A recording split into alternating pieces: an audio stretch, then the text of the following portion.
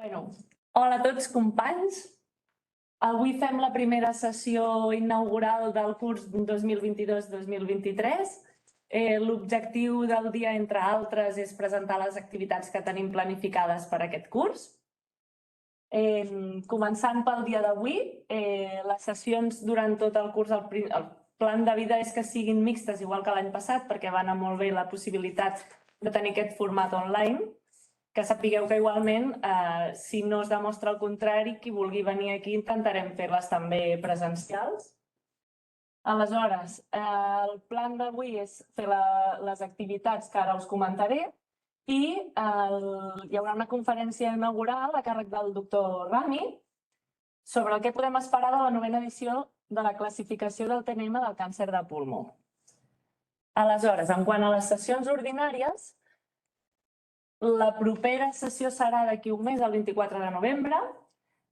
Finalment, després d'un favor ens han fet, la començaran com l'any passat els companys de l'Hospital Clínic. Després, la següent serà el mes de desembre, abans de Nadal, que l'adelantarem una setmana perquè a Nadal no crec que ningú estigui per fer sessions. La farem el dia 15 i serà a càrrec dels companys del Vall d'Hebron. Un cop passat festes, al gener, vindrà el doctor Tarrado, que és el cap de cirurgia pediàtrica de Sant Joan de Déu. El mes de febrer serà a càrrec dels companys de Mútua Terrassa.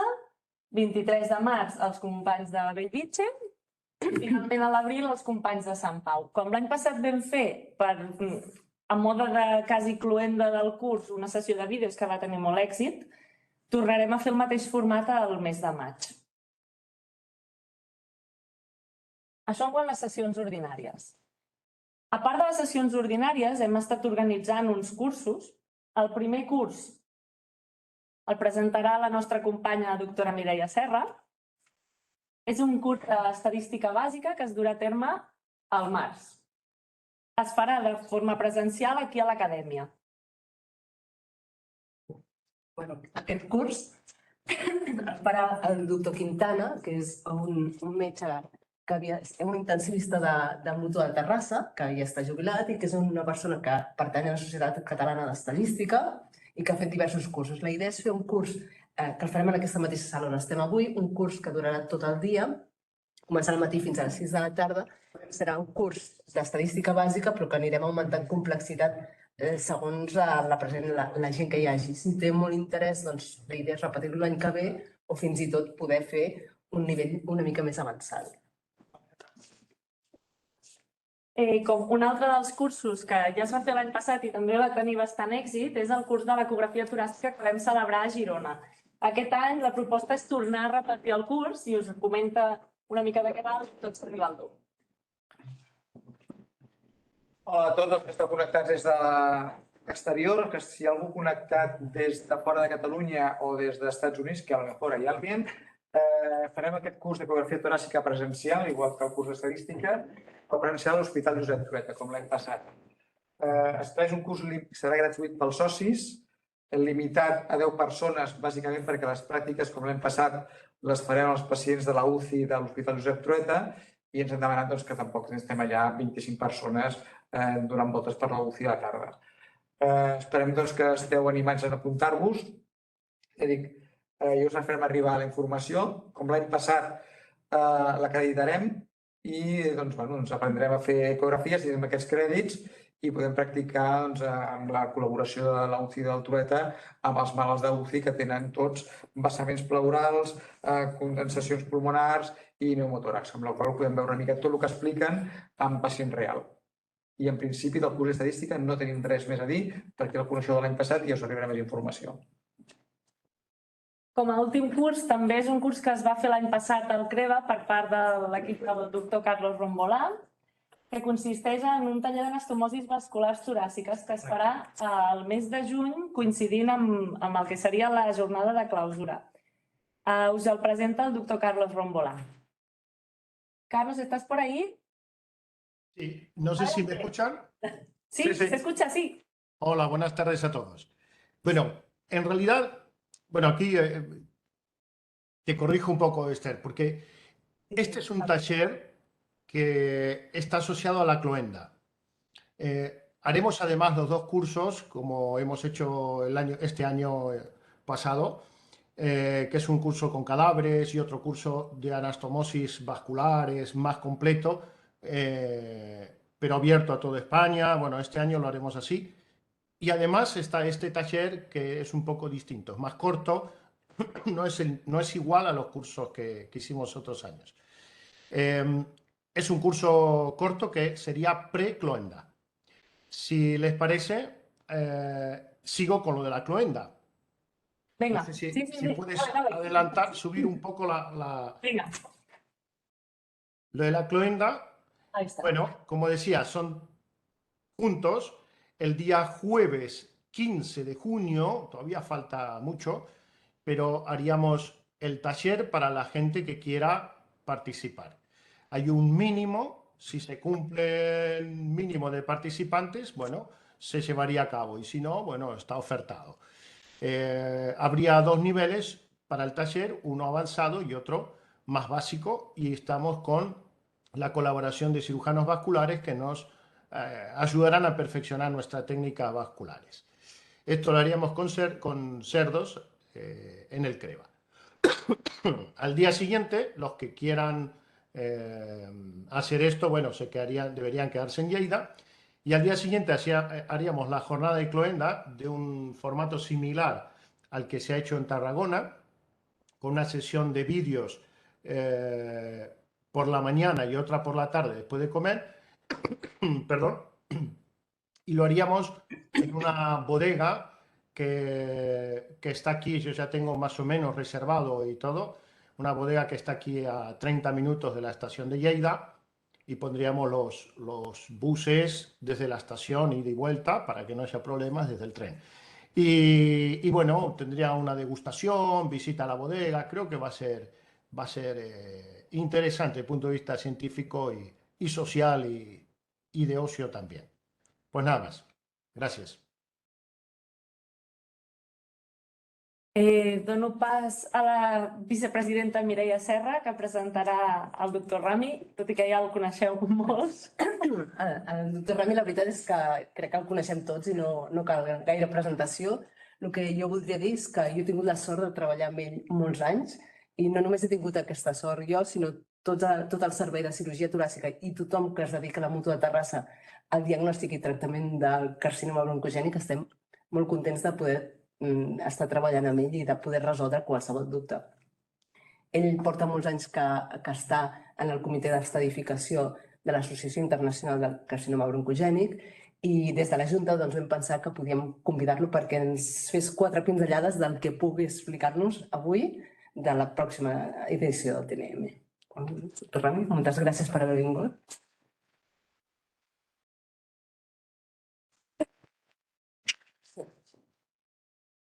Aquí.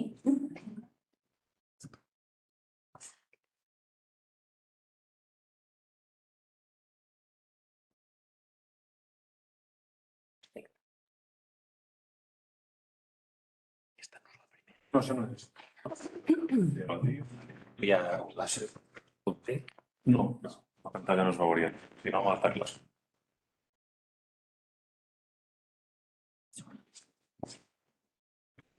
Bien, buenas noches y muchas gracias a la Junta Directiva de la Sociedad Catalana de Cirugía Torácica por haberme invitado a comentar algún aspecto de actualidad sobre la 9ª edición de la clasificación TNM, que no está terminada, pero se terminará seguramente antes de final de año, y yo voy a intentar explicar lo que pueda, lo que se sabe hasta el momento, y avanzar lo que podemos esperar de esta 9ª clasificación del cáncer del pulmón. No tengo conflictos de intereses y el esquema de la charla va a ser una breve introducción sobre lo que es la clasificación TNM. La 9ª no va a surgir por generación espontánea, hay mucho trabajo, tenemos TNM desde hace más de 50 años y vale la pena saber de dónde venimos para imaginarnos hacia dónde vamos. Hablaré de las posibles innovaciones y luego de la relevancia clínica que va a tener la configuración de grupos pronósticos, que es aquello de unir diversos factores, todos pronósticos pero que agrupados, incrementa nuestra capacidad de pronosticación y esto es algo que tenemos mucho interés en que se introduzca en la 9ª edición, aunque seguramente va a tener mucho más peso en la 10ª. Y al final, las conclusiones. Desde más de medio siglo ha habido muchísima gente que se ha dedicado al estudio y al desarrollo y a la revisión del TNM, pero hay que hacer justicia a estas 3 personas. La primera, un cirujano oncológico francés, Pierre Lenoir, que trabajaba en el Gustave Roussy, que a mediados del siglo pasado escribió una serie de trabajos, digamos, proponiendo esta clasificación de extensión anatómica de los tumores malignos, que fue aceptada, como veremos después, por la UICC y que realmente es la que tenemos actualmente. Muchos de los descriptores que se propusieron en ese momento eran descriptores muy intuitivos. Había poca solidez científica sobre los que basarlos. Sin embargo, Mountain fue capaz de recolectar una serie de casos de más de 5.000 de Norteamérica, todos tratados quirúrgicamente, aunque los tumores tenían clasificación clínica y patológica, que dio verdadera solidez a la clasificación TNM del cáncer de pulmón. En uno de sus múltiples artículos, Mountain definía esta clasificación como un sistema internacional de clasificación, pero la base de datos sobre la que se basaba esta clasificación y las diversas revisiones que se basaron en esta serie de casos venían exclusivamente de Norteamérica. Por tanto, no era tan internacional como se pretendía. Pero a mediados de los años 90 del siglo pasado, Peter Goldstone, un cirujano torácico que todavía está vivo, aunque está retirado de la práctica clínica, propuso, dentro de la International Association for the Study of Lung Cancer, crear un comité de estadificación con la idea de recopilar una base de datos internacional lo más amplia posible que incluyera pacientes con cáncer de pulmón tratados de todas las formas posibles, no solamente quirúrgicos. Este es el cronograma de la clasificación TNM del cáncer de pulmón. La propuesta, en los años 60, la UICC la aceptó y fue publicando unos folletos individuales para cada cáncer. Tenían el TNM para cada tumor. Y el de cáncer de pulmón apareció en 1966. 2 años después, la UICC ya publicó el manual clásico de la UICC, que es un manual de bolsillo que lleva todos los TNMs de los tumores que se clasifican con esta clasificación. El American Joint Committee on Cancer tardó un poco en adoptar esta clasificación, pero lo hizo y aquí tenemos en azul todas aquellas revisiones que se basaron en la base de datos de Mountain. A partir de la 5ª, la UICC y la JCC se pusieron de acuerdo en el año de la publicación y además en el texto de la clasificación, porque en algunas de estas ediciones había pequeñas diferencias en cuanto a los descriptores y eso ocasionaba mucha confusión, pero a partir de la 5ª ya se pusieron de acuerdo. Y en verde tenemos las 2 ediciones que se han basado en la base de datos de la ISLC, realmente internacional y muchísimo más amplia que la base de datos norteamericana que se utilizó para revisar todas estas ediciones desde la 2ª a la 6ª. Realmente hasta la 5ª, porque la 6ª es idéntica a la 5ª. Estábamos en ese momento, la ISLC, ya preparando la 7ª edición y, bueno, estábamos recogiendo datos, etcétera, y Mountain consideró que no era conveniente hacer ningún cambio más hasta que se tuvieran los análisis que estaba realizando la ISLC. Si realmente alguien está interesado en la historia del TNM del cáncer de pulmón, Peter Goldstone dedicó mucho tiempo a investigarla. Fue a la oficina de Ginebra, donde está la UICC, fue a los archivos de Gustave Roussy y escribió un capítulo que yo creo que es lo mejor que se ha escrito sobre la historia del TNM del cáncer de pulmón. Este capítulo está reproducido en la 2ª edición de este manual, que se puede bajar gratuitamente yendo a esta web de la ISLC y llegando hasta Publication Resources and Guidelines, y ahí está el manual y uno de esos capítulos es la historia de la clasificación TNM del cáncer de pulmón. Los objetivos del TNM son varios. Aquí hay algunos. En primer lugar, la clasificación es un lenguaje, es un código internacional que nos permite comunicarnos entre nosotros. Si hablamos con un colega de la India, por ejemplo, y decimos que estamos tratando a un paciente con un T2A N1 M1C, si conoce el idioma, si sabe el código, sabe perfectamente de qué tumor estamos hablando. En la práctica clínica, lo más importante es la estimación pronóstica, tanto antes del tratamiento como después, y el planteamiento terapéutico, porque los ensayos clínicos que se han hecho para probar las diversas terapias para el cáncer de pulmón están basados en la extensión anatómica del tumor. Por tanto, los criterios de inclusión son los estadios tumorales basados en la clasificación TNM. También nos sirve como control de calidad. Imaginaros que hay en algún lugar del mundo, pues o no tan lejos, se operan pacientes y resulta que hay un 35% de N2 patológico, que es algo excesivo. Por tanto, eso nos da idea de que algo puede fallar en la estratificación clínica y que hay que ponerle solución para no operar tantos pacientes que tienen un tumor diseminado y que se van a beneficiar poco de esa resección. Y en cuanto a ensayos clínicos, nos permite estratificar. Incluso ahora con las terapias tan nuevas como son las terapias diana y la inmunoterapia, los ensayos clínicos tienen criterios de inclusión y de exclusión basados en los estadios de extensión anatómica. También nos permite evaluar el tratamiento, puesto que no todos los tratamientos van bien para todos los estadios tumorales y de esta manera identificar subgrupos pronósticos que se puedan beneficiar de las terapias que estamos ensayando. A partir de la sexta edición, iniciándose con la séptima, la International Association tomó la responsabilidad de revisar las siguientes ediciones de la clasificación TNM, inicialmente del cáncer de pulmón, pero en la octava edición se unieron otros tumores, el mesotelioma pleural maligno y los tumores epiteliales tímicos. Y además se hizo un convenio con Tom Rice, que era quien dirigía la clasificación TNM del cáncer de esófago, para diseminar conjuntamente la clasificación TNM del esófago con pulmón, pleura y timo.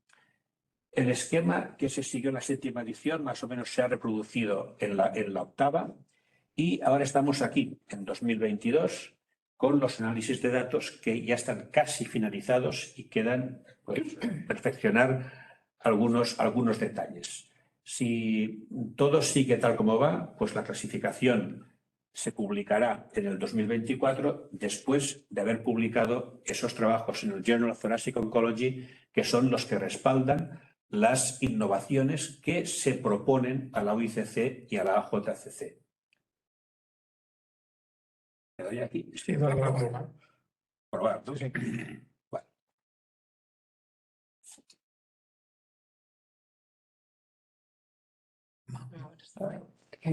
¿La mitad de la pantalla?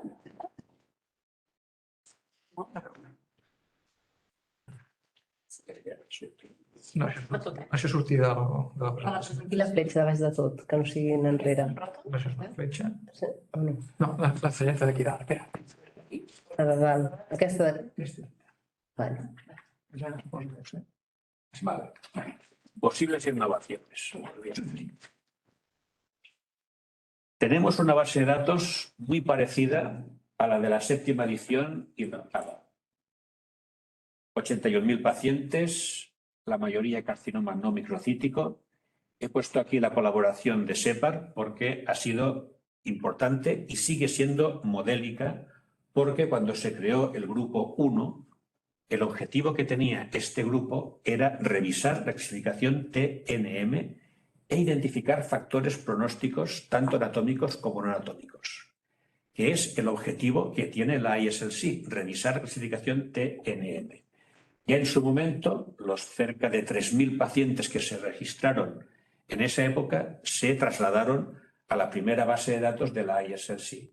Y la SEPAR ha conseguido hacer un segundo grupo y un tercer grupo para participar en la recogida de datos de pacientes con cáncer de pulmón para incrementar el número de pacientes que tiene la ISLC en esta base de datos.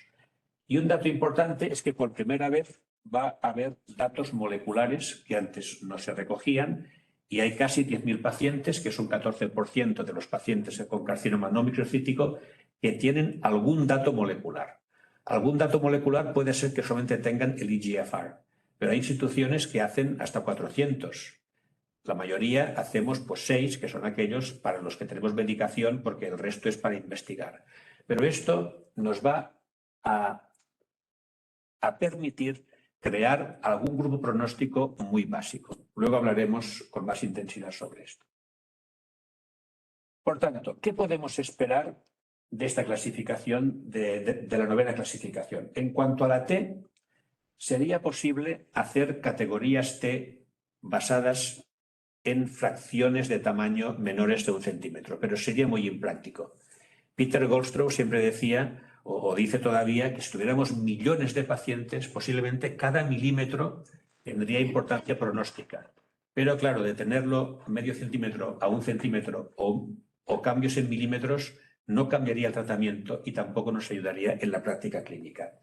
Por tanto, en cuanto a la T, no va a haber modificaciones. Es muy posible que podamos validar las categorías T lepídicas, adenocarcinoma in situ, mínimamente invasivo y predominantemente lepídico, si hay datos suficientes. El problema es que en la base de datos de la octava edición no se solicitó la diferencia entre el tamaño total del tumor y el tamaño de la parte sólida o densa. Entonces, va a haber pocos casos, pero se intentará.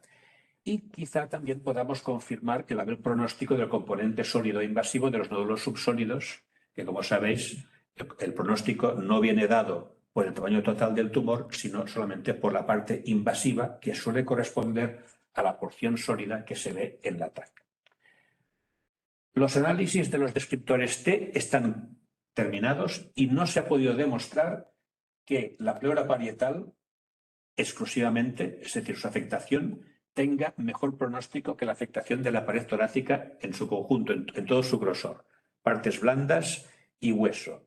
Aunque hay algunas series que así lo indican, nosotros no lo hemos podido demostrar con la base de datos de la octava edición y tampoco se pudo en la previa. Por tanto, si miráis el artículo de la T de la octava edición, se hace referencia a esto y no se pudo demostrar que hubiera diferencias significativas entre estos dos descriptores.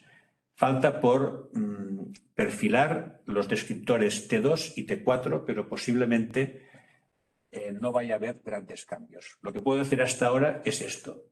Muy probablemente no habrá cambios en la T, lo cual nos da un respiro porque ya ha habido bastantes en la séptima y en la octava. En cuanto a la N, sí que es importante profundizar en la cuantificación de la afectación ganglionar.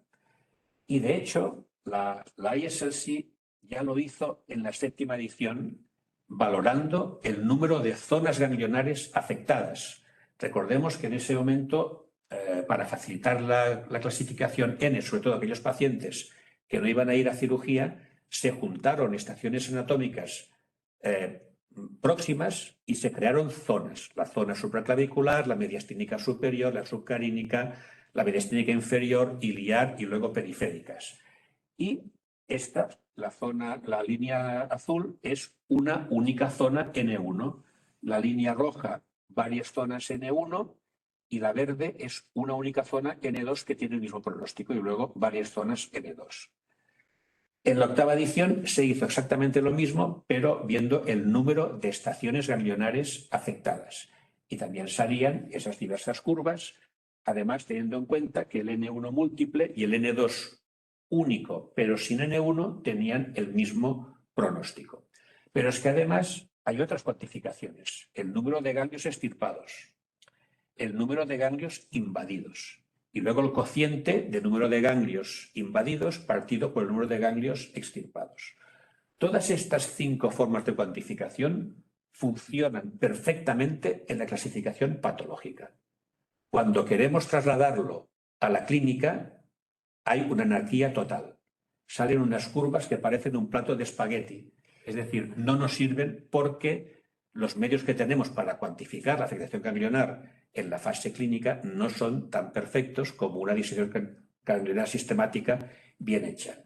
Pero sí es cierto que los métodos se van mejorando y para esta 9ª edición sí que parece ser que va a haber una cuantificación muy sencilla que se ha podido validar tanto en la fase clínica como en la patológica y que probablemente se va a introducir en la 9ª edición. Por tanto, muy probablemente habrá algún tipo de cuantificación que será perfectamente compatible con las ediciones previas y que lo único que nos va a suponer es que tendremos que afinar más, tanto en la fase clínica, viendo mejor el TAC, interpretando mejor el PET, haciendo una mediastinoscopia y un EBUS pues, más exhaustivos para poder cuantificar la afectación ganglionar y luego en la intervención, en la resección, hacer una disección ganglionar lo más amplia posible. Mejorar el mapa ganglionar. A ver, cualquier mapa es un esquema de la realidad. No puede representar todos los pacientes. Todos sabemos que cada paciente es diferente y que hay ganglios donde no esperábamos, pero sí que hay puntos controvertidos que son muy constantes. Mediastino superior derecho, vena cava superior, vena ácigos, reborde del nervio vago, tráquea y esófago. Este ganglio de aquí, que se ve a la trasluz de la pleura mediastínica, por tanto está dentro de la pleura mediastínica, es decir, es mediastínico, pero como está justo por debajo del borde inferior de la vena ácigos, según el mapa actual hay que llamarle iliar, cuando el ilio pulmonar está a varios kilómetros de distancia de donde está ese ganglio. Rechazar. Está aquí. Sí, o rechazar, perquè abans no ha anat bé l'aprovar. Vale. Aquí, cuando ya hemos abierto la pleura mediastínica para resecar en bloque toda la grasa y los ganglios, se ve aquí el ganglio, que ha sido necesario abrir la pleura mediastínica para acceder a él. Bien, este es un punto controvertido, porque además este ganglio es accesible por mediastinoscopia. Y cuando nosotros lo biopsiamos, si le llamamos N1, los oncólogos no le van a dar inducción, porque no está establecido, no hay ningún ensayo clínico de inducción de N1. Si le llamamos N2, sí. Y esto pues crea a veces controversia en los comités multidisciplinares. ¿Qué pasa? Que tradicionalmente, y tenemos mucha culpa los cirujanos, confundimos o equiparamos lo que es el pedículo pulmonar, que la nómina anatómica se llama radix pulmonis, la raíz del pulmón, con el ilio. La mejor expresión de lo que es el ilio es en lengua japonesa. Le llaman la puerta del pulmón. Y la puerta del pulmón está en el pulmón, como la puerta de esta sala está en la sala, no está en el patio o en el parking, está aquí. Pues el ilio está en el pulmón, que es un plano en la cara mediastínica por donde entran y salen los elementos del pedículo: bronquio, arterias, venas y linfáticos. Mientras que el pedículo es una estructura tridimensional que engloba pues, estos elementos que acabo de decir. Y nosotros hablamos de ilio congelado cuando realmente lo que queremos decir es que no podemos disecar el pedículo pulmonar, porque hay tumor, porque hay ganglios infiltrando, y entonces pues confundimos mucho el ilio y el pedículo. Yo creo que esto ha sido parte de la razón por la que hay tanta confusión con los N1 y los N2. Otro punto de controversia que hoy mismo ha salido en el comité de esta mañana, ¿no? Pues bien, en el mapa de Naruque solamente el ganglio que estaba en la bifurcación bronquial era subcarínico y los demás asociados a las caras inferiores de los bronquios principales eran iliares. Y los japoneses lo tienen clarísimo. El del vértice o el del ángulo es número 7 y el resto son 10. Pero en el mapa, que es producto de un consenso internacional y multidisciplinar y que hubo mucho estira y afloja con los japoneses, norteamericanos y europeos, pues se aceptó por todo el mundo ampliar este espacio subcarínico hasta el final del bronquio intermediario en el lado derecho y principio del bronquio lobar inferior en el izquierdo. Con lo cual resulta un espacio piramidal irregular que es bastante más amplio que solamente el vértice del mapa de Naruque. Entonces, todo esto es N2 por definición. Pero claro, hay quien piensa, bueno, es que claro, es que un ganglio positivo aquí, ¿por qué no lo voy a operar? Y es que yo creo que es iliar más que mediastínico. Y aquí también hay fricción o discusión en los comités multidisciplinares, sobre todo en países donde utilizaban más el mapa de Naruque que en Norteamérica o en Europa. Bien, aquí se ve el espacio submarínico, aquí ya disecado, se ha sacado el bloque y veis, mapa de Naruque, solamente el ganglio que estuviera aquí sería N2. Los demás serían N1 y es un espacio grandísimo pues, que se presta a confusión. Y luego nos empeñamos en separar con líneas rectas algo que es curvo. No hay líneas rectas en el mediastino. Y estas líneas rectas de aquí pues separan, esta va por debajo del borde inferior del arco aórtico y esta por encima del borde superior de la arteria pulmonar. Y esta franja de aquí es la estación subaórtica. Pero entonces, si hay un ganglio aquí que está justo tocando el margen superior de la arteria pulmonar, pero por debajo de esta línea recta, imaginaria, falsa, que hemos puesto nosotros en la anatomía, ¿cómo le llamamos? ¿Es iliar? ¿Es mediastínico? Pues el mapa no nos lo dice. Entonces, cada uno puede interpretar como quiera cómo le llama a este ganglio. Este es otro punto de controversia. Por tanto, quizá no nos haga falta un mapa nuevo, porque cualquier mapa va a ser imperfecto. Pero a lo mejor si añadimos dibujos más realistas o ideal serían fotografías y vídeos intraoperatorios para poder etiquetar bien los ganglios que sacamos, pues yo creo que ganaríamos bastante y no habría tanta discusión en los comités multidisciplinares. Lo del mapa es una prioridad secundaria. Primero se van a hacer los trabajos de la T, la N, la M estadios y luego se irá haciendo lo accesorio. Luego, si recordaréis, en la 8ª edición, en cáncer de esófago hay unos estadios diferentes para el carcinoma de esófago tratado con inducción. Están los estadios normales y luego está el cáncer de pulmón de esófago tratado con inducción. Se ha visto en los datos nuestros de esta 9ª edición y en otras publicaciones que ya apuntaban a este dato que no es lo mismo tener un PN0 que un YPN0. Y es lógico, el YPN0 viene de una extensión anatómica mucho mayor, se ha reducido, ha mediado una terapia, pero no es bien lo mismo y eso es así. Pero en esta 9ª edición, esto que está constatado no va a cambiar los estadios, no va a haber estadios postinducción, pero sí que se dejará constancia de que la T y la N no son lo mismo con o sin inducción. En cuanto a las metástasis, lo que está bien estudiado hasta el momento es el número y la localización. El volumen a medias porque no todos los pacientes registrados que tienen metástasis tienen consignado el volumen de las metástasis. El pronóstico de las mutaciones es importantísimo. Ya sabéis que tenemos más de 9.000 pacientes con biomarcadores y algo se va a hacer con ellos. Y luego se verá si se puede validar la definición de oligometástasis. Recordaréis que eso también es producto de un consenso. Oligometástasis son 5 metástasis en un máximo de 3 órganos. Ya se verá si esto se puede validar o no. Para la 8ª edición, los descriptores de M1A, es decir, nódulos pleurales, pericárdicos, derrame pleural maligno, derrame pericárdico maligno, nódulo contralateral, no se variaron porque todos tenían el mismo pronóstico. También se vio que tener múltiples metástasis extratorácicas, bien en un órgano o en varios órganos, tenían el mismo pronóstico. Por tanto, estas dos posibilidades de M1C, múltiples metástasis en un órgano o múltiples en varios órganos, tienen el mismo pronóstico.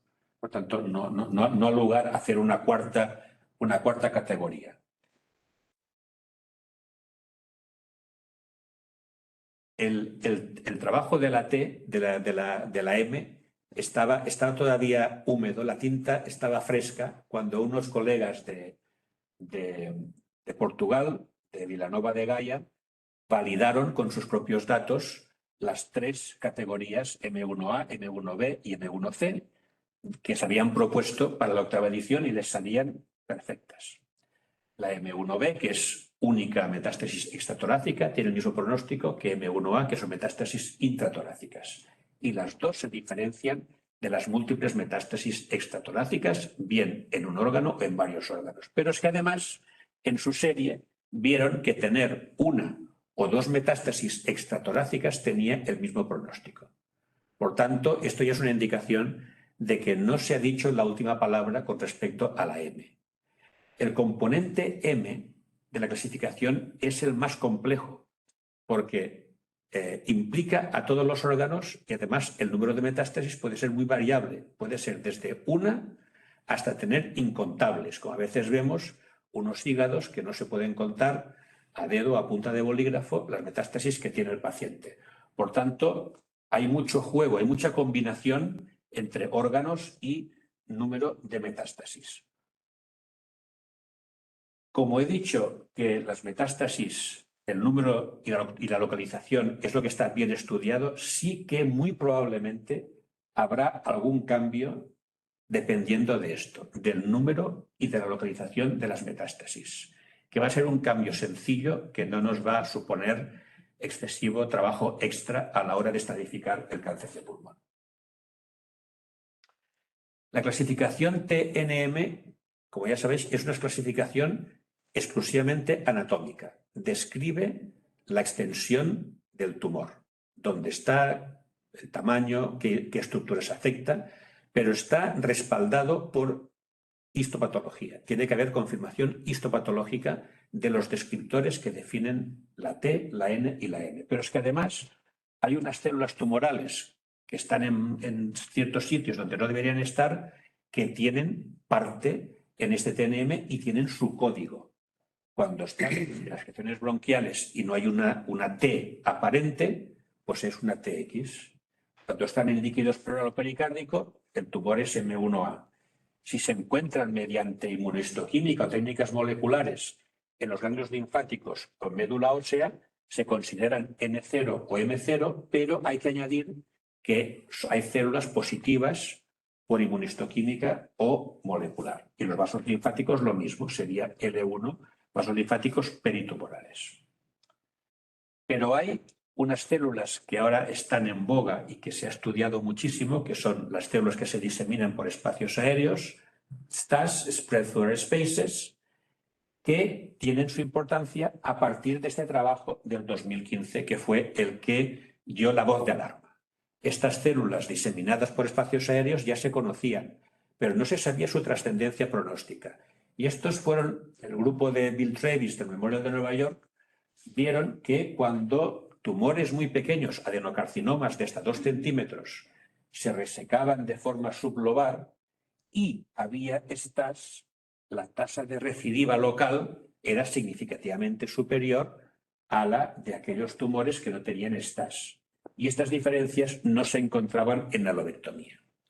Después de este trabajo se han publicado al menos 40, que yo sepa, sobre STAS en todas las histologías. Este trabajo es de adenocarcinoma, pero se ha hecho en escamoso, en microcítico, en carcinoides, en neuroendocrinos de célula grande, en todos.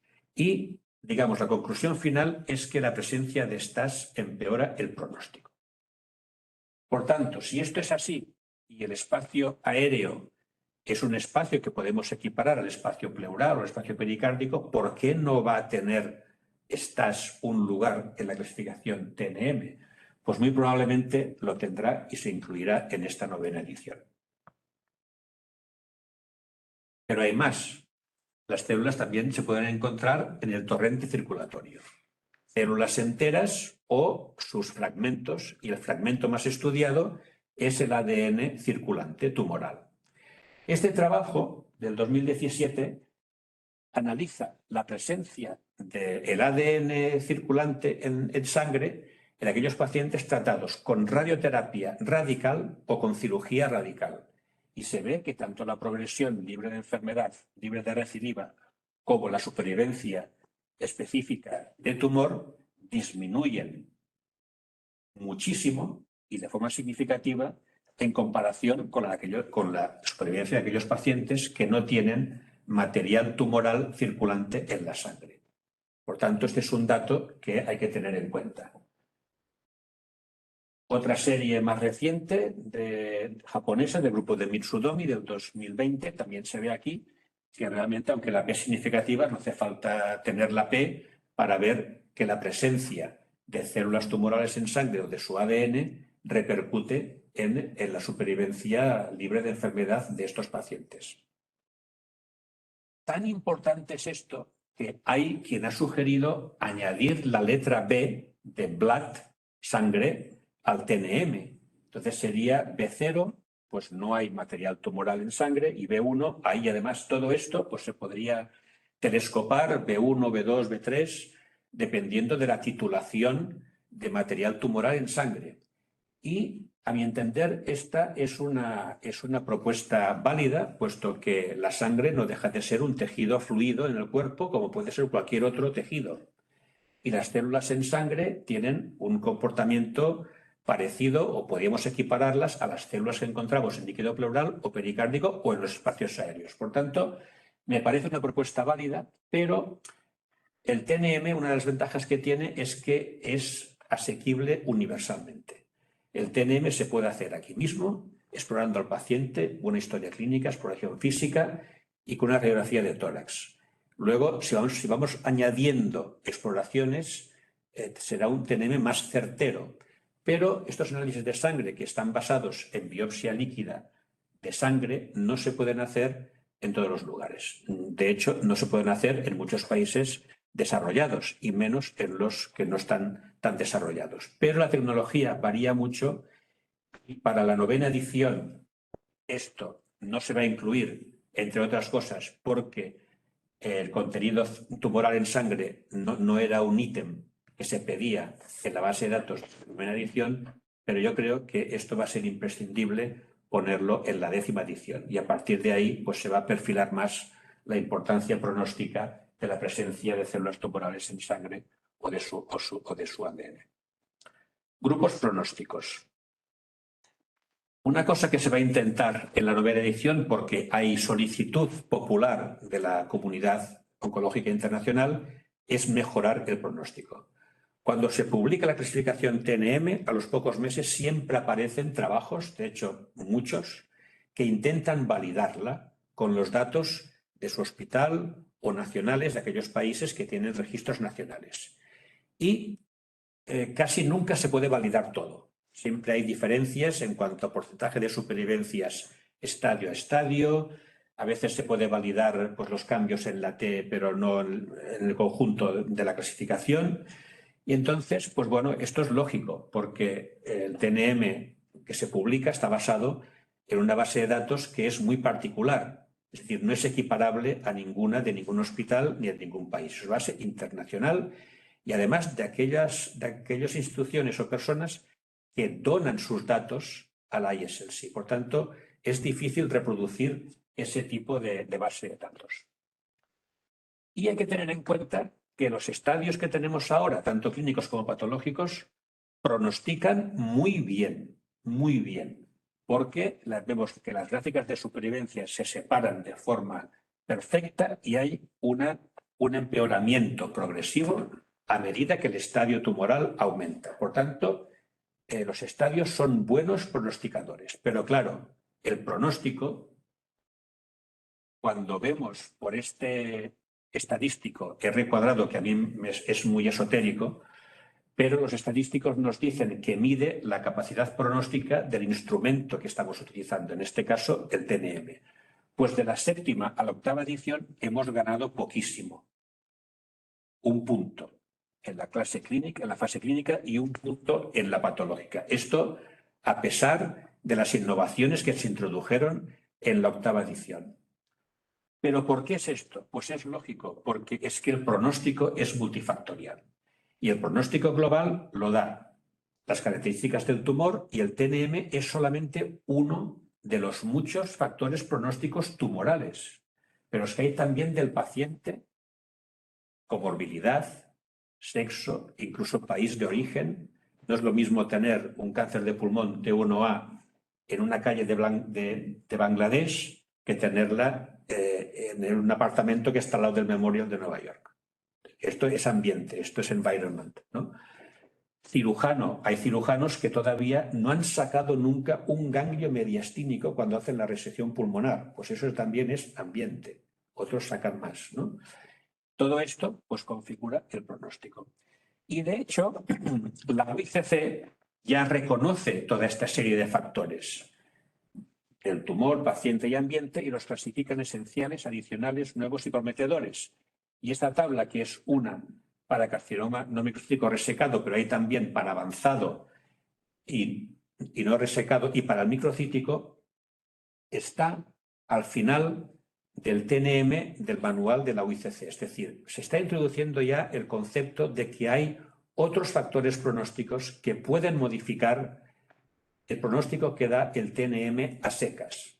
Y de hecho, para la 7ª edición, esto se publicó en el 2008, hay 2 trabajos muy poco conocidos porque, bueno, aparecieron después del TNM y estadios, pero se ve aquí que solamente con estadio tumoral, estado general del paciente, performance status, y la edad, se pueden construir 4 grupos pronósticos, que además pronostican mucho mejor que las curvas de supervivencia de los estadios tumorales. Por tanto, aquí hemos añadido precisión al pronóstico, simplemente añadiendo estado general del paciente y edad a el TNM. Bien, ¿qué nos faltaba en los datos que nosotros pedíamos para la 7ª y para la 8ª edición? Pues nos faltaba esto, los biomarcadores. Y en la 9ª, si alguno de vosotros registra casos online, ve que le salen todas estas pestañas, datos del paciente, del tumor, de los ganglios, etcétera, pues hay una pestaña nueva que es biomarcadores. Se creó una lista de biomarcadores y se incluyeron todos aquellos que al menos se pudieran encontrar en un 1% de los pacientes. Por tanto, yo creo que hay más de 400. No todos tenemos que hacerlos todos. De hecho, ya he dicho antes que la mayoría pues hacemos 4 o 5, pero hay otras instituciones que sí, que los hacen muchos o casi todos los que están aquí. Y hay de 3 tipos: biomarcadores genéticos, alteración del número de copias y alteraciones proteicas. Y lo que se va a hacer es combinar estos factores, pero no hay que esperar esto. El M1A, que lo he puesto como ejemplo, viene definido por una serie de datos anatómicos, presencia de nódulos tumorales en la pleura, en el pericardio, derrame pleural maligno, pericárdico maligno, nódulo contralateral, pero si le añadimos el EGFR, estamos haciendo una cosa que sería como añadir mililitros a una serie de medidas de longitud. ¿Verdad que no cuadraría?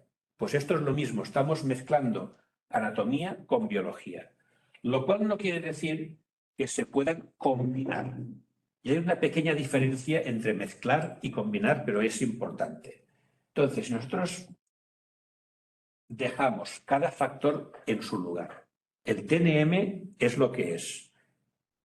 Factores clínicos, la comorbilidad, la edad del paciente, el origen geográfico, la raza, todo esto es clínico, molecular y etcétera, los que pueda venir, crearemos un grupo pronóstico o varios grupos pronósticos. Grupo pronóstico es el conjunto de factores pronósticos que permiten pronosticar mejor que cualquiera de los elementos que constituyen este grupo pronóstico por separado.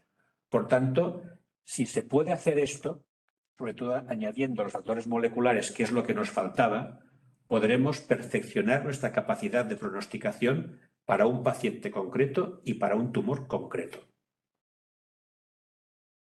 Conclusiones. Pocos cambios, pero van a ser clínicamente relevantes. Por tanto, en fin, no desesperemos, que no va a ser tan grave la cosa. Las decisiones finales están en curso y se tomarán entre noviembre y diciembre, porque hay un timing muy estricto en cuanto a la hora de redactar los artículos y a la hora de someterlos a la revista. Por tanto, se va a hacer de esta manera. Y luego, si se consigue introducir estos grupos pronósticos, pues va a mejorar nuestra capacidad de pronosticación y al mismo tiempo también de tratamiento, porque algunos factores moleculares implican terapias nuevas que antes no teníamos.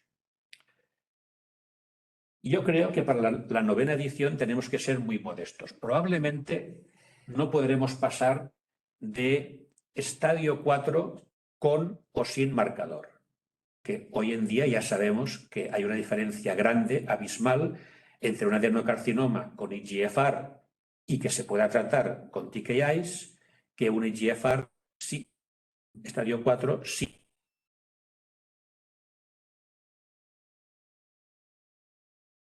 Con los 9.000 pacientes que preparará el terreno para la 10ª edición, porque los datos que se generarán a partir de todos estos análisis van a ser monstruosos. No se van a poder manejar con la estadística estándar y se va a requerir de inteligencia artificial. Y de hecho en el comité ya se están buscando personas que sepan manejar la inteligencia artificial de cara a la 10ª edición de la clasificación y de las siguientes.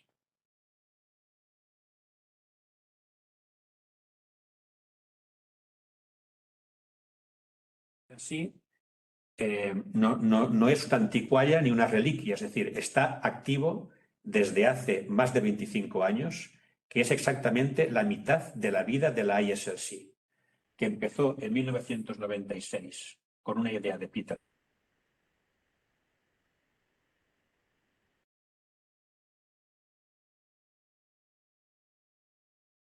Ediciones de una forma modélica y que estamos esperando que también para la 4ª edición, para la que ya edificación, que es Valerie Rush, que tampoco necesita ninguna presentación, y falta que la SEPAR también pues, cree este 4º grupo cooperativo de carcinoma broncogénico con sus coordinadores para seguir participando en la recogida de datos de la base de datos de la ISRC. Muchas gracias a todos y estoy listo para contestar preguntas.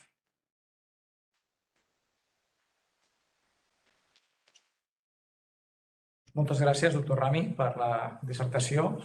Interessantíssima, com sempre, i planteja nous reptes. A la sala dels que esteu connectats, allí veig que Lucía... No, posa unes mans, però no sé si vol preguntar. Si algú vol preguntar des de fora o des de la sala. No? Bé, doncs tancaré el gel i potser faig una pregunta estúpida, però abans. No hi ha preguntes estúpides. Aleshores, de tot el que has explicat, de tanta cosa que... idees d'aquestes que a vegades han mirat el camp. Si el de la biòpsia líquida finalment es...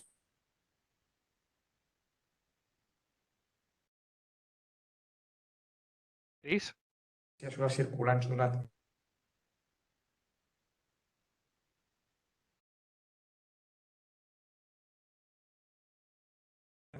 quedarían bastante limitados. Sí. De hecho, cuando se hace el estudio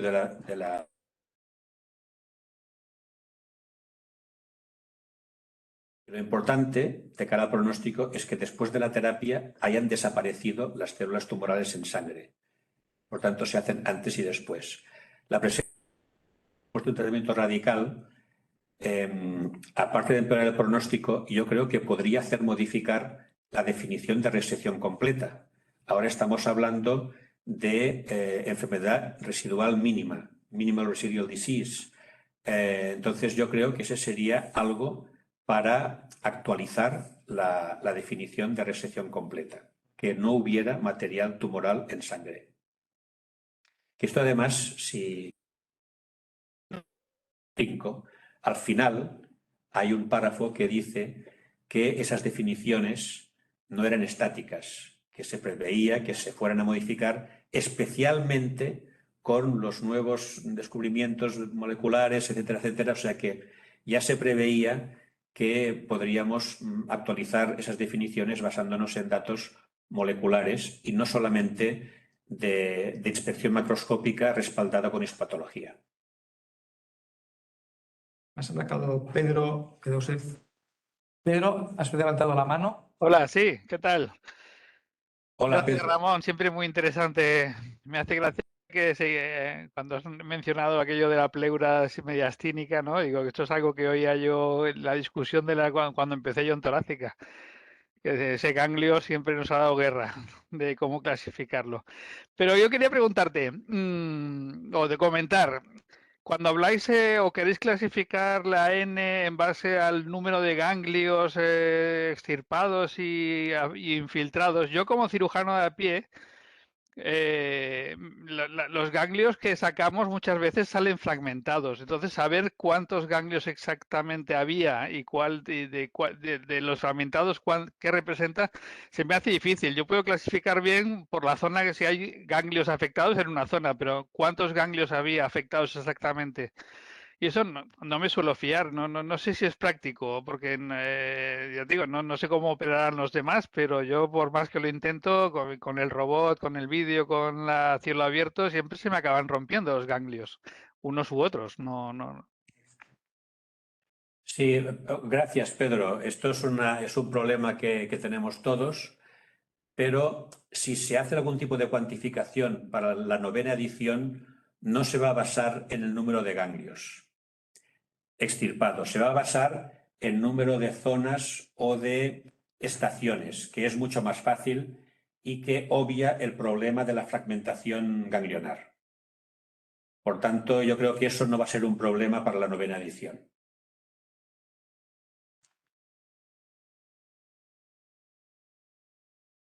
¿Alguna pregunta més des del otro lado o desde aquí? Bueno, es que Pedro, yo creo que yo también tenía en la mente lo que ha dicho él, que siempre que estamos en los foros y decimos la importancia de la cuantificación, sorprende que cada hospital pues, tiene su contexto, patólogos que aún no tienen claro, que tienen que diferenciar ganglios cuando vienen conglomerado, y cómo lo hacemos, pues hay varios contenedores y bueno, siempre hablamos de esto y parece como si fuera lo más complicado. Y bueno, yo creo que me ha gustado que él ya expusiera pues esto, ¿no? Que esto, cuando vas por todo el país, pues esto es algo que se dice. Lo que me ha sorprendido a mí de esta charla es que intentaréis influir en la fase clínica. Si en la patológica estamos como estamos, que para mí no es nada complicado, es una cuestión de hablar con el patólogo y decirle, ¿tú qué quieres? Un contenedor, pero cuéntalo bien. O no me irá bien. Separármelo el doctor Goldstro, creo que lo separaba en quirófano.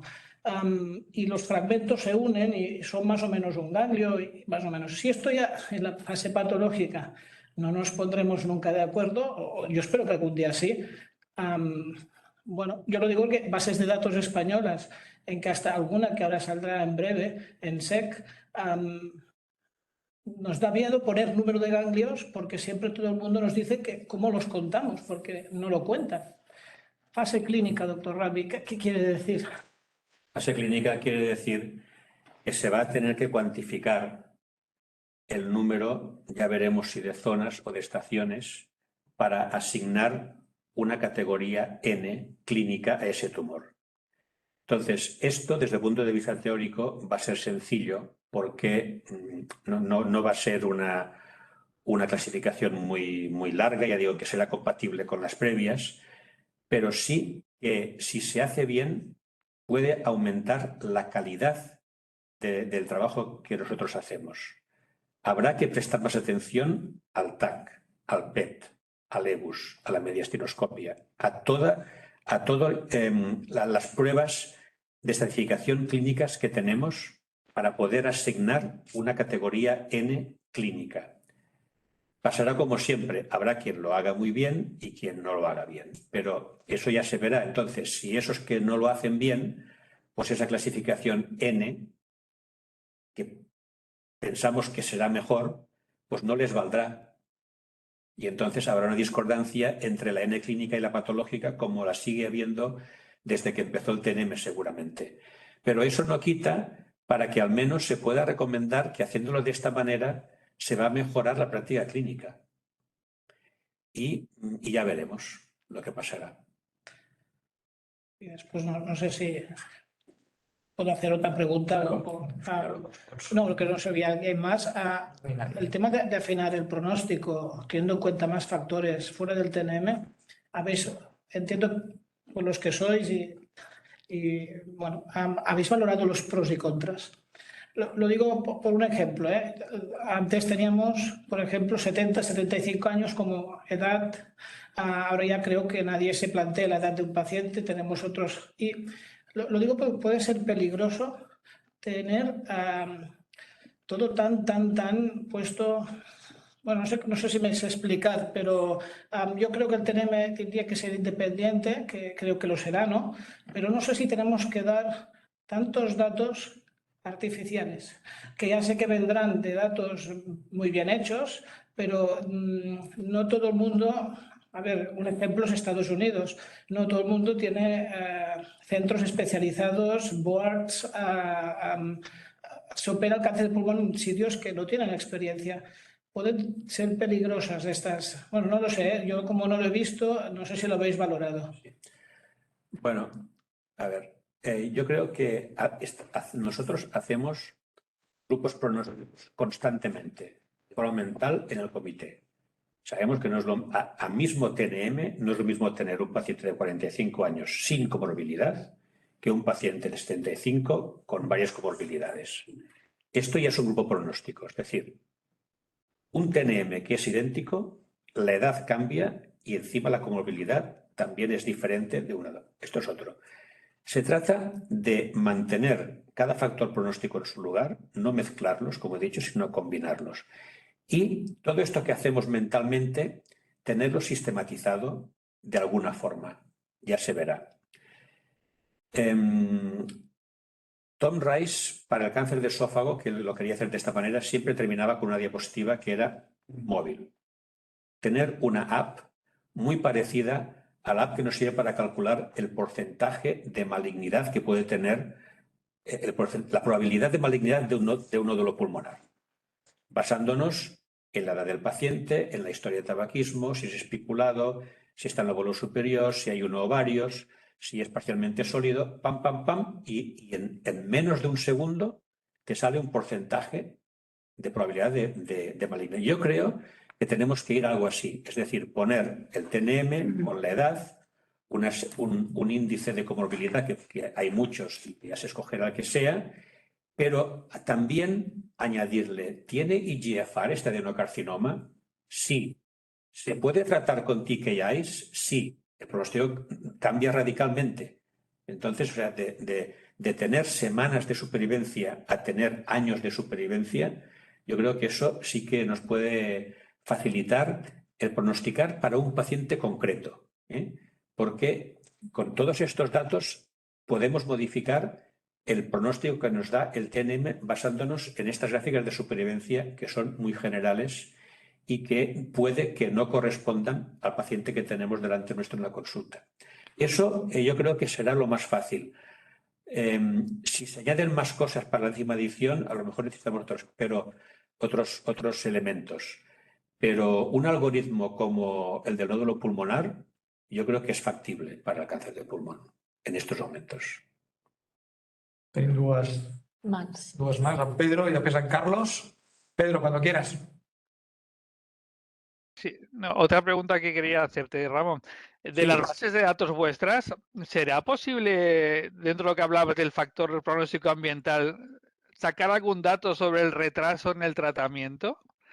Porque necesitamos algo de evidencia que nos ayude a tener más quirófano o a operar mejor antes a los pacientes. Es posible que sí, porque hay fecha de diagnóstico y fecha de inicio de tratamiento, tanto si es quirúrgico, ¿verdad, Mireia?, como si es de quimioterapia o radioterapia. Por tanto, sí, ese sería se llama uso secundario de la base de datos. Sí, se podría hacer un trabajo sobre eso. Carlos. Hola. Bueno, Ramón, gracias por tu generosidad y por mostrarnos, adelantarnos estos resultados. Te quería hacer una pregunta con respecto al descriptor, a los descriptores TEA. Así como has comentado que puede tener mayor importancia el número de ganglios, pues a raíz de un paciente que hemos operado, nos surgió una duda acerca de si crees que puede tener, por ejemplo, relevancia cumplir con varios descriptores T, por ejemplo, un T4. Múltiples factores que nos indican que es un T4. ¿Es lo mismo que sea un T4 por un solo factor? ¿O puede tener, por ejemplo, una infiltración del diafragma, de la aorta y de la aurícula? O sea, ¿cambia? ¿Tú crees que esto puede cambiar? ¿Se ha estudiado? ¿Cambia el pronóstico? ¿O no se ha estudiado? ¿Crees que no merece la pena? Sí, gracias, Carlos. Mira, esto se intentó estudiar, bueno, de hecho se estudió en la 7ª y en la 8ª edición y no ha supuesto un cambio en los descriptores porque había discrepancias entre la estratificación clínica y la patológica. Ahora bien no recuerdo, pero por ejemplo, yo creo que en la 8ª, cuando había más descriptores para definir el T3 o el T4, el pronóstico era peor. Pero eso no se podía reproducir en la fase clínica. Y entonces la UICC quiere que los descriptores clínicos y patológicos sean los mismos para evitar pues, mayor complejidad. Pero a mí me da la impresión de que sí, que al menos en la clasificación patológica, si hay más de un descriptor, el pronóstico es peor. Pero ya digo, no lo hemos podido demostrar de forma muy sólida. Pero mi impresión es esa. Gracias.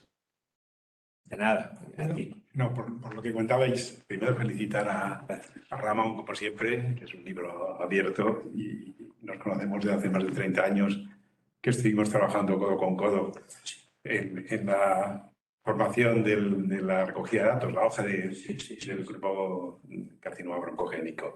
En otra edad, ¿qué tal? Porque yo me voy haciendo más mayor, cada vez tengo menos miedo a la edad.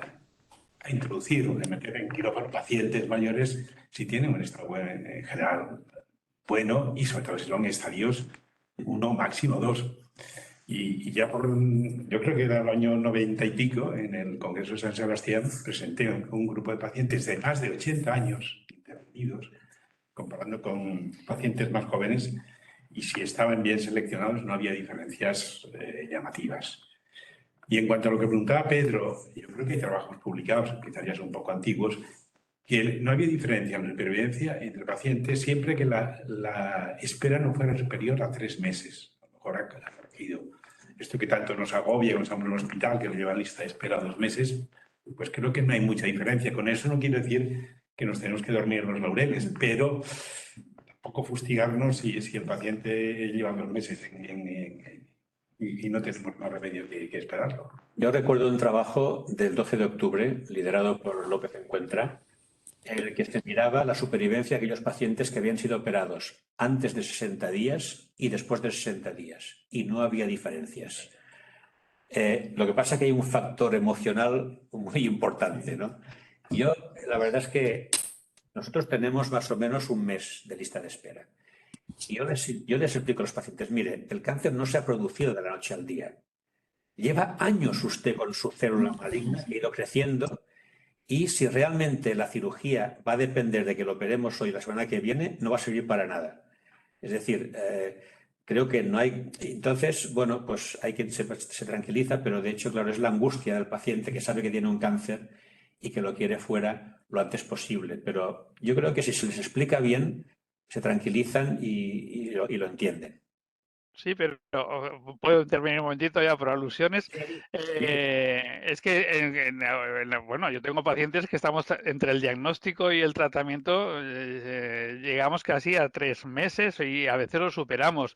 Y estoy pidiendo tags de actualización antes de meterlo en quirófano y seguramente ni la actitud ni esto va a cambiar, pero la T está aumentando y en la 8ª edición dijimos que cada centímetro importa. Y algunos cambia la T. En Sí, algunos sí. casos cambia la T. Estoy de acuerdo contigo y hay que procurar hacerlo con la celeridad que se pueda, dando en nuestro ambiente. ¿Ves? Eso también es ambiente, es environment. El retraso Sí, eso te he del dicho, eso lo tratamiento, ¿no? comentaba. Pues eso es importante también, aunque, como ha dicho Julio, pues hay trabajos, al menos en estos periodos de tiempo que se estudiaron, yo recuerdo 60 días en el 12 de octubre, pues no hubo variación global, lo cual no quiere decir que para un paciente concreto a lo mejor sí que supuso pues un empeoramiento del pronóstico, ¿no? No, Pero había un sí, trabajo que decía que incluso mejoraba el pronóstico tardar, porque supongo que algunos que no eran neos pues se curaban y entonces ya se iban de la lista. muy bien. ¿Tenías alguna...? Sí, yo te quería retomar el tema del T4, Sí. porque esto además tiene implicaciones clínicas porque hay algunas evidencias que no es lo mismo un T4 por extensión local que un T4 por tamaño. Y al menos esta clasificación sí que hay numerosas publicaciones en las que parece que la inducción va bien en los pacientes T4 por extensión local y menos bien en los pacientes con T4 por tamaño exclusivamente. Y esto tiene unas implicaciones en los comités nuestros enormes. Lo digo por si esta es su clasificación al menos de T, esto se podría estudiar. Esto en la 8ª edición sí que parecía que había T4s buenos y T4s malos, que los hay. Y hay T4s, digamos, hoy en día relativamente fáciles de resecar, una infiltración marginal de la vena cava, una carina y tal. Lo que pasa es que para ver el pronóstico del descriptor tenemos que seleccionar aquellos pacientes que no tienen ni N ni M, es decir, que sean T4N0 puros. Y cuando vas quitando los tal, te quedas con muy pocos pacientes. Pero sí, de hecho, nosotros lo hemos estudiado siempre 1 a 1. Infiltración del recurrente, la aorta, esófago, carina, vena cava superior, diafragma, aurícula. Pero a veces te quedas con 4 pacientes, con 3. Y es difícil, pero la idea en general sí que, al menos en la 8ª edición, había T4s buenos y T4s malos, es cierto. Lo que pasa es que necesitaríamos muchos más pacientes para poderlo basar sólidamente, ¿no? Esto. Sí, y solo porque lo has mencionado, para saber realmente el valor independiente de un descriptor, si introducís datos clínicos, introducís datos moleculares, harían falta una cantidad de enfermos para saber si IGFR positivo o negativo en el T4, N0, o sea, la cantidad de enfermos que deberíais tener para calcular el valor pronóstico independiente de cada uno de estos parámetros adicionales al TNM, yo creo que es casi inmanejable o imposible de conseguir. Puede ser, por tanto, a lo mejor no hay que ser tan ambiciosos y escoger aquellos factores pronósticos que realmente pueden ser más manejables, que sean de más peso y que sean útiles en la práctica clínica, porque a lo mejor hay un factor pronóstico que se determina de una manera, no sé, que es muy difícil de determinar y no lo puede hacer todo el mundo. Entonces, pues nos tenemos que limitar pues, a esto, al tamaño tumoral, al TNM, a la comorbilidad y si tiene alguna de estas mutaciones tratables, porque si tiene más que no son tratables tampoco nos sirven. Nos sirven para tener el perfil del tumor, pero si no nos sirven para la práctica clínica, pues es como si no lo estuviéramos. O sea, los oncólogos, no sé si os habéis fijado, que tienen cierta tendencia a obviar el estadio, en los estadios avanzados, cuando determinados marcadores moleculares son positivos o negativos. Parece como que relativizan ya el TNM en favor de que tiene un PDL1 de más del 50% o tiene... Y esto es curioso, porque claro, le dan un valor que a mí me sorprende a veces, ¿no? Yo he oído que, bueno, un paciente metastásico que tiene un PDL1 alto, que muy bien, que lo trataremos y que estos son los... Y pienso, no sé a qué se refieren con que es un paciente de buen pronóstico, un estadio 4, con metastásico, un PDL1 de más del 50%, que esto parece ser que será fantástico y lo van a tratar. Bueno, el estadio 4, desde el punto de vista clínico, ya se está separando entre aquel estadio 4, que es, no sé cómo se dice, wild type, es decir, que no hay marcador, con los que hay marcador. Esto es una diferencia ya drástica. Pero eso no es TNM. El TNM es puramente la extensión anatómica. Y sí que, pero es lo que digo, a misma extensión anatómica, con marcador, con driver mutation tratable o sin, son tumores diferentes. Pero eso ya es una combinación de anatomía y de biología. Eso es un grupo pronóstico. Entonces, lo que he puesto en cuanto a la M, pues yo creo que los oncólogos van a ver que el volumen tumoral sí que es importante y que no es lo mismo tener un cierto número de metástasis en algún órgano concreto que no tenerla, porque eso implica un pronóstico diferente y estoy hablando de aquellos tumores que no tienen marcador tratable. Si lo tienen, pues, y funciona, y da igual que tenga 3 o 20 metástasis, si todas responden de la misma manera. Pero si no la tienen, sí que es importante el número y la localización orgánica de las metástasis. Molt bé, doncs moltes gràcies. No sé si hi ha alguna pregunta més, però si no nos van a echar d'aquí. Muchas gracias a todos los que os han conectado. Roberto, gracias desde la SEC que te has conectado.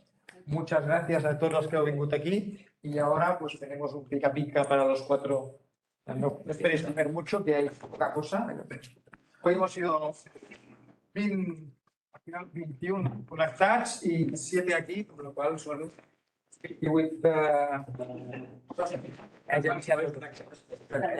Moltes gràcies a tots i que tingueu bona nit fins al dia 24. Adéu. Adéu. Dios, gracias a todos. Gracias. Un éxito de concurrencia. Momento sí, siga, que dure. Exacto. Una diapositiva. Tanco això. Regalo. Vinga, va. Un poco operativo y puse los focos. Estabas Paco París, estaba lo que pedían, que no